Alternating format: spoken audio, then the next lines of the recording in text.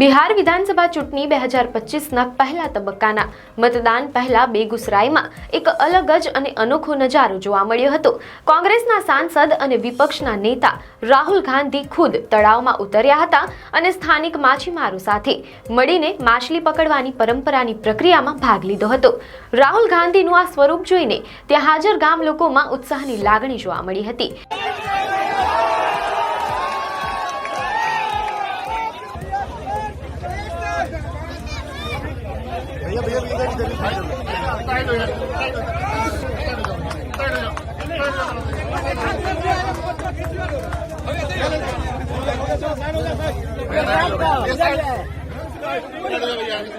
આ એક એવું દ્રશ્ય બન્યું જે રાજકીય પ્લેટફોર્મથી આગળ વધીને લોક સંસ્કૃતિ અને જમીન સાથેના જોડાણનું પ્રતીક બની ગયું। નેતાઓ દ્વારા સ્થાનિક પરંપરાઓને અપનાવવાનું આ પગલું ત્યાંની જનતા માટે આકર્ષણનું કેન્દ્ર બન્યું છે।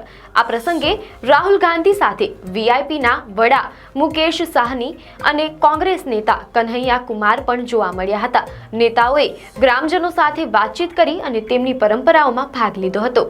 આવી જ ન્યૂઝ અપડેટ માટે ધ લોકસત્તા પેજને ફોલો કરો।